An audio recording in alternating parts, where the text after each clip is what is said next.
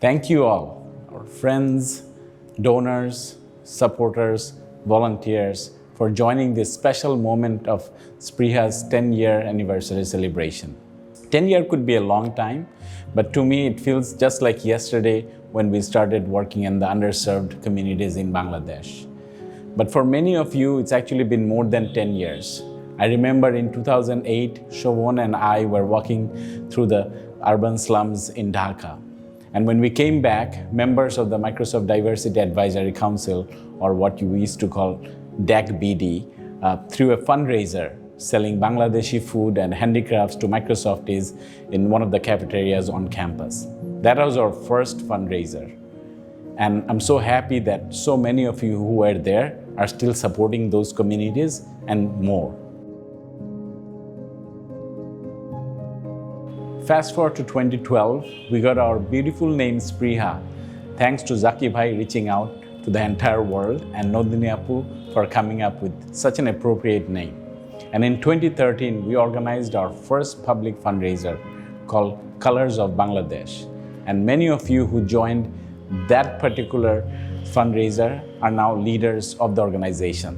Oneza Apu, Raju Bhai, Onunna, Safdar, and many more.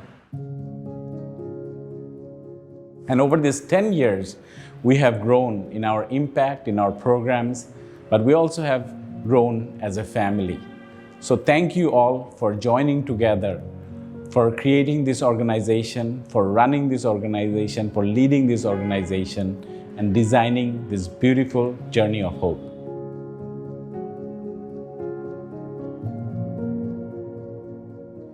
In these last 10 years, you have impacted hundreds and thousands of lives, more than 300,000 to be precise. That is an amazing achievement, and you all made it happen. And you should all be extremely proud of this. While the number speaks for itself when it comes to impact, but the individual stories are nothing short of magical. Many of you will probably remember this iconic picture of the four sisters. They were one of the first families we started working with in Raya Bazaar. And Shobhan took this picture back in 2013. With your support, Afsana became the first one to finish undergraduate degree in her community. She even finished a master's, and now she has a corporate job at a hospital. Afreen is now a mother, and she also works as a community officer. Afroza finished her high school. She's in her first year of undergraduate. And Moni, the little one, is in 6th grade now. What a magical journey this has been for them. Here is Shati. She was 2.5 years old when I first met her. She started her computer classes at Spreeha when she was 4. Here is a picture of her drawing the national flag using Microsoft Paint. And her brother Limon, he was 4 when he started his computer class. And here is a video of him drawing the complex architecture of our national monument using a very unique way. They don't live in Dhaka anymore, but whenever they visit, they stop by to say hello. Look how much they have grown up. The Journey of Hope project not only empowered them, it created lifelong bonds. It created a sense of family for them, and you're all part of that family.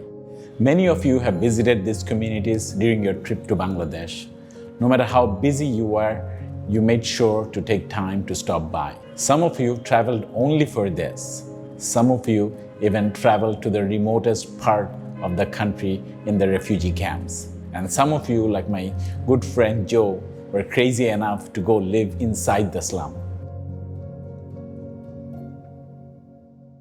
From one slum in Dhaka, we have grown to 25 locations across 10 districts in Bangladesh. The Journey of Hope project has empowered all the people we get to work with. But I hope it has also empowered us to know that we can build a world that is more just, a world that is more equal, a world where anyone, anywhere is empowered to reach his or her full potential. Thank you for the 10 amazing years and looking forward to the next 10 and beyond.